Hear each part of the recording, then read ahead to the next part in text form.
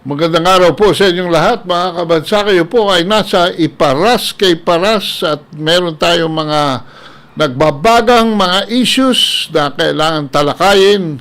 Ito po yung Rikodado Paglinawan at Secretary. Magandang hapon muli sa ating mga kababayan na naghihirap pa rin dahil sa kabulustugan nitong Marcos administration, Marcos Jr. Ito po, mga kababayan, mayroong natuklasan si Ginong Ado na isang talumpati nitong I used to respect this guy, but I don't know now dahil nagbago na ang ihip ng hangin. Ito, paring Ado. Ilatag po muna natin, alam po ninyo mga kabansa, bago nagtapos ang taong 2023, humingi ang ating Pangulo ng isang paradigm shift sa ating relasyon sa China patungkol sa mga tensyon na nag-escalate dito sa South China Sea ukol sa pag-resupply natin sa ating mga misyon, sa ating mga sundalo diyan po sa BRP Sierra Madre na nakastasyon sa Ayungin Shoal. At ito po ay dahil dito nag-abang pa ang ating Pangulo sa San Francisco noong mag-meeting ang ASEAN sa San Francisco para sa paglabas ni Xi Jinping, presidente ng China, ay sinalubong niya at pinilit niya na magkaroon ng isang sidebar discussion miski wala siyang appointment at pinaunlakan naman siya ng presidente ng China. At dito nagkasundo sila na magkaroon ng de-escalation. At pagkatapos niya, madaling-madali naman nag-usap si Wang Yi, ang foreign minister ng China, at ang ating Secretary of Foreign Affairs na si Enrique Manalo. At sila ay nagkaroon hindi lamang ng isang telephone conversation, kundi ng pag-uusap that led to the calling ng isang 8 bilateral consultative mechanism noong Enero. At yan po, dahil dyan ay nagkaroon di umano ng isang new model ng pakikipagtungo kung paano masusuplayan natin ang ating mga sundalo sa Ayungin Shoal ng walang kaguluhan, walang encounter. Paring Ado, itong new model ay pinagsinungalingan ngayon. Yan. Pinagsinungalingan ngayon na there's such Itinatanggi. itinatanggi ngayon itong Gibo Teodoro, itong new model, at dahil mukhang naglabas ang China para patunayan na mayroong usapan between Westcom Commander at ang Chinese officials, mayroong para matiwasay ang deliver ng ating mga supplies papuntang Ayungin Shoal, ay pinagsinungalingan ngayon ni Gibo at nagtitreten pa. Kasi mukhang nakuha ng China yung conversation o yung usapan ng isang general at saka yung China, at nalaman ngayon na ang pinag-usapan pala ay para magkaroon ng magandang relasyon sa pag-deliver, para wala ng mga water cannons na madadama. Pero dahil ito ay sikreto na deal ng Armed Forces, ng NSA, ngayon, ginagawa nilang fall guy itong si Vice Admiral Albert Carlos. Vice Admiral Carlos, na wala daw ganong deal. At dahil nag-threaten ng China na ilabas kasi pinatunayan nila na mayroong ganong deal, sasampahan daw ng kaso ni Mr. Gibo Teodoro ng wiretapping daw ang China. Pakinggan natin yung video. Nakakatawa. Ito. Pakinggan natin yung sinasabi ni Gibo. Uy, sino? Okay naman. Ano? Sir, syempre, pinag-uusapan yung alleged leaked, Teka. Ito lang ang masasabi ko. Please, hindi ako sasagot na ng follow-on questions. Yes, sir. Pakinggan nyo na lang. Sana naman huwag i-editorialize, huwag i-heading na iba ng ating mga home stations. Yes, sir. Di umano may pahayag ang Chinese Embassy sa Pilipinas na merong punong alleged recording sa isang kawani ng Armed Forces of the Philippines, the authenticity of which I doubt, given the propensity of the Chinese government to engage in malign information activities. Ngayon, ito ang dapat natin tutukan at dapat intindihin ng ating mga kababayan. Kung itong statement ay totoong galing sa Chinese Embassy na sila ay nag-recording ng sino man sa Pilipinas, sila ay umaamin na lumabag sila sa batas ng Republika ng Pilipinas, particularly the anti-wiretapping law. At sila ay gumawa, kung totoo man ito, ng bagay na labag sa international relations at labag sa batas. Dahil hindi sila nakipag-ugnayan sa Department of Foreign Affairs at sila'y umoperate na pailalim kung totoo ito. So, sa ganang amin, ito ay iiwanan namin sa Department of Foreign Affairs na alamin ang katotohanan kung ano talaga ang nangyari at kung ito talaga ay nangyari dahil ito ay gawain di umano ng Chinese Embassy mismo na paglalabag sa batas ng Republika ng Pilipinas. Dapat alamin ko sino ang responsable dito at alisin sa Republika ng Pilipinas. Sa ganang amin, kami ay magpapatatag ng aming operational security measures given the fact na meron na talagang disinformation, malign influence, at hindi kanais-nais na mga gawain ang mga ahente ng ibang gobyerno. Kami ay gagawa ng kaukulang mga hakbang upang maproteksyonan ang Department of National Defense, ang Armed Forces of the Philippines, at ang ating mga kababayan. Uulitin ko ang statement ng Department of Foreign Affairs. Tanging presidente lamang ang pwedeng pumasok sa anumang kasunduan hinggil sa West Philippine Sea o anumang internasyonal na bagay through the Department of Foreign Affairs. Walang binigay na pahintulot ang presidente o sino mang opisyal ng kabinete hinggil dito.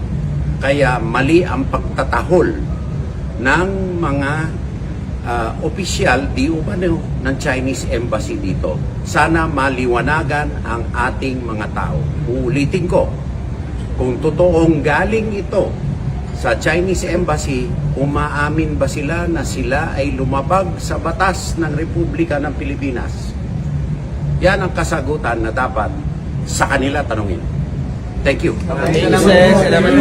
Tama ka na, Gibo. Kung ano ang pinagdadaldal mo, Rattle. Natuloy yung pagka-bartap nutcher mo. Sinasabi mo, ang Chinese ay gumawa ng paglabag. Tapos sasabihin mo kung totoo ito. Alam ba? Gumawa ba? O haka-haka mo lang ito at nagdadaldal ka na wala pa naman. Tapos, sa umpisa pa lang, ayaw mo magpa-interview. Tapos, inaasabi mo na ina-allege mo Yung kawani. na mayroong isang kawani na kausap kuno. Pero ikaw nagdadaldal eh. Bakit hindi mo ipresenta yung kawani? Bakit ikaw? Ikaw ba yung kawani? Na hindi. Bakit hindi mo ipresenta? para ang taong bayan na ang maghusga kung totoo ba o hindi. Pero pinagtatakpan nyo. Parang may tinatago kayo sa sambayanang Pilipino. Paring anong masabi mo dito? Ikaw, well-versed ka dito sa mga kabulastugan, itong Gibara ba? Ano ang apelido nito? Teodoro. Teodoro, kasi inaayawan ito ng uncle niya. Pupunta tayo doon mamaya. Unang-una ho, ang lahat ng konversasyon involving an embassy, foreign embassy in our territory, no? Ay lahat ho yan talaga nire-recording for security purposes. SOP ho yan. At kung merong kailangan dyan na pag-aralan pa, talagang ginagawa ng transcript yan. Ako po ay nagtrabaho sa Embahada ng Pilipinas sa Washington, D.C. ng about 7 years. At alam ng administrative section namin kung ano yung mga tawag na ginawa namin during the day, kung ilan doon ng personal, ilan doon ng towards the State Department, towards another embassy, towards an outside party, towards your family, alam nila. At in fact, occasionally may mga tumatanggap sa amin that you're making too many personal calls during working hours. So alam ho nila, minomonitor talaga nila because security is a very important feature in a foreign embassy in a foreign country. Ngayon, yan pong soil on which the foreign embassy stands is their own territory. Yan po yung principle ng extraterritoriality sa international relations na obviously hindi alam nitong Bartap na chair ng 1988 na si Gibo Teodoro, no? At saka masyadong eager beaver ka, paring Gibo. Alam namin na gusto mong tumakbo uli na senador, which the people rejected you at first. Pero, with due respect, kulilat ka pa rin ngayon sa survey. Bakit masyado kang desperado na magbibigay ng mga press conference? Ba't hindi mo ipaubaya sa Department of Foreign Affairs, doon sa Secretary of Foreign Affairs, who are well-versed in the relationship among countries, among nations, about diplomatic immunity. Hindi naman ito subject ng local law. May immunity yan. But even then, bakit ikaw nagdadaldal? Sabi mo, allegedly, may kawani na sinasabi ng China. Now, nasaan na yung kawani? Bakit yung tinatago? Bakit kayo may tinatago sa sambayanang Pilipino? Kung talagang, you are honest, you are transparent to the Filipino people, then let General Carlos come up in the open. And if he is committing any crime for, talking to the Chinese and making arrangement which has redound to the benefit of the Filipino, then you punish him. You punish him, you court-martial him, and so on. Pero ang gusto madinig ng mga miyembro ng armed forces, yung mga kanyang mga kaklase, yung mga ordinary soldiers, ay bakit nyo siya tinatago? Nasaan na ba? Nag-leave of absence daw, pero missing. Why is he missing? Why is he not talking? If he is the subject matter of the Chinese,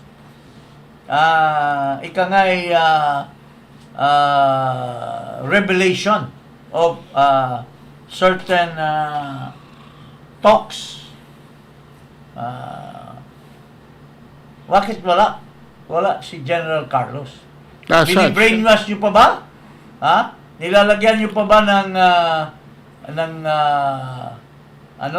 towel at tubig sa mukha niya para ma-brainwash nyo, para bago nyo ilabas? Or what are you doing to one of the most decorated general, and who is very well versed? Ano itong talent ni Carlos? Well versed in the field of maritime. Ha? Oh. So, itong tao na ito, mas matalino pa sa inyo, tinatago nyo. And he is in the best position kasi nag-aral yan sa US, nag-aral din yan sa China. Kaya medyo ang objectivity niyan, balanse. And he is most capable of delivering a peaceful delivery to our soldiers at the BRP. Paano? Without firing a water cannon. Yes. Ang nangyayari tuloy ngayon, nakakaroon ng division sa loob ng Armed Forces of the Philippines at isang kaklase ni Secretary Eduardo Año sa PMA ay naglabas na ho ng isa-isang naglalabas ngayon ang mga sundalo, ang mga officers. Hindi na sila takot. Nang kinalang hinanakit dito sa kabulastugan nitong gobyerno. Ito si Lieutenant General Orlando de Leon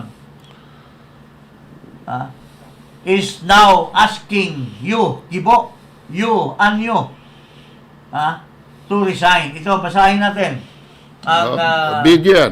hinaing ni Lieutenant General Orlando de Leon. Sinabi ni Defense Secretary Gilbert Teodoro Jr. na handa siyang paalisin ang mga executive ng Chinese Embassy na sangkot sa wiretapping sa Pilipinas kasunod ng pag-aangkin na ang China ay may audio recording ng isang tawag sa telepono sa hepe ng Western Command. Naglabas ang China ng audio recording na sinasabing isang pakikipag-usap sa telepono kay Western Command Chief Vice Admiral Alberto Carlos upang suportahan ang pahayag nito na mayroong kasunduan para sa isang new model upang pamahalaan ang tensyon sa Ayungin Shoal. Bago nito, kinumpirma ng AFP na nag-leave si Western Command Chief Vice Admiral Alberto Carlos ngunit walaan nila itong kinalaman sa umano'y kasunduang new model sa pangangasiwa sa West Philippine Sea na iginiit ng Chinese Embassy na sinang-ayunan ng Westcom. Pero, walang naniniwala na inalis sa pwesto si Carlos dahil sa pangunguna nito na makipag-usap sa China na ang nasa balita naman ay may basbas ng kanyang mga highest official. Dahil napatutuhanan ng mayroong ngang New Model Agreement, tila agad na nilaglag si Carlos upang kung magsalita man ito ay wala na siya sa posisyon at palabasing nagsisinungaling lang at naninira. Kaya naman, maraming kabaro nito ang naglabas ng kanilang suporta at sinabing nasa likod sila ng nasibak na si Carlos. Hanggang sa ang isang general na si Orlando de Leon ay nananawagan na mag-resign na ang kaklase niyang si Secretary Año at ang DND Secretary na si Gibo Teodoro. Ibinunyag din nito na tila, may sariling kopya si Carlos sa nasabing audio na kung saan hawak niya lang at may lalabas niya sa tamang panahon dahil tila natunugan nitong siya ay ilalaglag.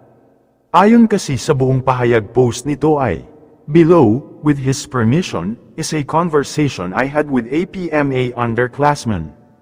His sentiments are shared by soldiers both active and retired. Gibo and Año better resign. These two are fomenting a culture of distrust between seniors and subordinate. Sir, reading the excerpts of alleged comm between Kaloy and PRC. I don't see anything wrong with the substance because it will de-escalate the situation and our troops will be resupplied peacefully. I don't think Kaloy will lie regarding approval, prior knowledge of his superiors. He's not dumb and knew it's way above his pay grade to talk directly to the Chinese without the full knowledge and go signal of his superiors. He's aware that this peaceful, back channel, is being recorded and I bet he also made recordings of it to cover his ass just in case his superiors throw him under the bus. He confirmed multiple times in the call that his bosses were aware and he's just representing them regarding the deal. The problem there, sir, Gibo came out with a statement days ago that he's got no comm with PRC regarding WPS nor authorized anyone to do so. They also denied the existence of any deal whilst insinuating that Evil Digong made a deal before his prerogative being the chief executive BTW. Yes sir, the question remains, are they now willing to escalate tension with PRC just to cover their lies? Matapang sir, as if it's their balls on the line. Pag nagkapitpitan ng bayag, they'll throw all the dead soldiers, marines and sailors under the bus too. Ang issue na ito ay binigyan naman ng comment, reaction ng ilan pang personalidad sa social media. Ayon nga kay Joy De Vivra ay, PRRD offered the DND position to Gibo Teodoro twice. First was after winning in 2016, the second one was in August 2016. He begged off in both occasions and said that he wanted to help the Duterte admin as a citizen. Akala ko dahil sobrang taas ng standard ni Gibo that is why he doesn't want to be part of the Duterte's cabinet, kaya tumanggi siya. At that time, ang taas ng tingin ng mga tao sa kapasidad ni Gibo. We see him as someone who could have done a better job than Pinoy. The one that got A away.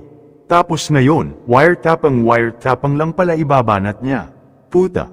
Ayon naman kay Adrian Pascual ay, ganito po kasi yan ha. Every time may persecuted PM a year because of civilian politics, ang buong klas niyan ang makakalaban mo. They will protect their mista at all cost. Isama mo na din mga tao at naging tao niya. Kaya good luck po sa pag-collect ng maraming mga kalaban. It's like a solitaire. It's deck. It's deck of mahjong is falling down. So that means na House ang of ating armed forces of the Philippines ay mapagmasid. Much more yung mga pulis. Ang alam ko, ang mga pulis ay naghihinakit na matagal-tagal na. Ito ngayon, nagkabistuhan na sa kabulastugan. And General De Leon, De Leon ba yun? Oh, dali yan. General De Leon has said it all. So, tama si former Speaker Alvarez, na Bebot Alvarez, na it's about time that sabi niya, you should now withdraw your support dahil binababoy kayo ng inyong mga superiors. Hindi kayo pinapatrabaho ng karap-dapat kasi puro pamulitika, puro image, puro kabulastugan ang ginagawa nitong can you imagine his own classmate pinaparesign ito si Año? Tingnan nyo. And there's no stopping to this. My goodness. Paring Ado. Yeah. And this has become precarious kasi masyado nang nagiging bold ang mga provocations ng Pilipinas dyan na pinalalabas nila China ang aggressive. Alam nyo, sa punot dulo ng mga claims dyan ay ever since we had this program, we have been trying to elucidate, to inform the public na napaka-brittle ng claims ng Pilipinas sa South China Sea. Pero tayo pa ang mainit ang ulo. So, ang nangyayari ngayon ay para bang lumalabas ngayon sa taong bayan na tayo ay nadadrag sa gera na dito sa ating bansa ipagtatanggol, pag-aawayan. We have become a proxy to another power. At dito sa susunod nating feed, this justifies why this behavior of Teodoro and Ed Año is of national interest, no? And concern. It has put us in clear and present danger. At saka pinapahamak tayo. Bawal dapat ito, pero pinapapasok nila yung mga armas na weapons of mass destruction, weapons of superior and very potent weapons. Ito, nagreklamo tuloy ang Beijing dito sa mga pinapasok ng mga armas kasi papahamak nila ang Pilipinas. Basahin natin ito at explain natin. Beijing raises serious concerns after U.S. stations Typhoon weapon system in the Philippines amid South China Sea tensions. China has raised serious concerns about the U.S. deployment of a mid-range missile system in the Philippines during a meeting in the with South Asian nations. The United Nations temporarily stations. The United States temporarily stationed the Typhoon weapon system capable of supporting Tomahawk cruise missiles and SM-6 anti-aircraft missiles in the country during joint military drills last month. It was the first time it had stationed such weapon system in the country, which has repeatedly clashed with China in the disputed waters of the South China Sea in recent months, raising fears about the risk of an armed conflict. Okay. Ngayon, let me explain kung ano itong Tomahawk missile. Yes. Itong Tomahawk missile has an operational range of more than 2,500 kilometers. Malayo. Aabot ho ng Guam yan, aabot yan ng North Korea, aabot yan ng Thailand, aabot yan ng Indonesia sa South. So, yan pong malaking circle na yan, no? Pag merong na-threaten dyan, they can launch a preemptive attack against the Philippines. Hindi lamang po China, no? Anybody. Now, itong Typhoon missile system can launch the Tomahawk. And the Tomahawk can be enabled to carry nuclear weapons. Yan po ang problema dito.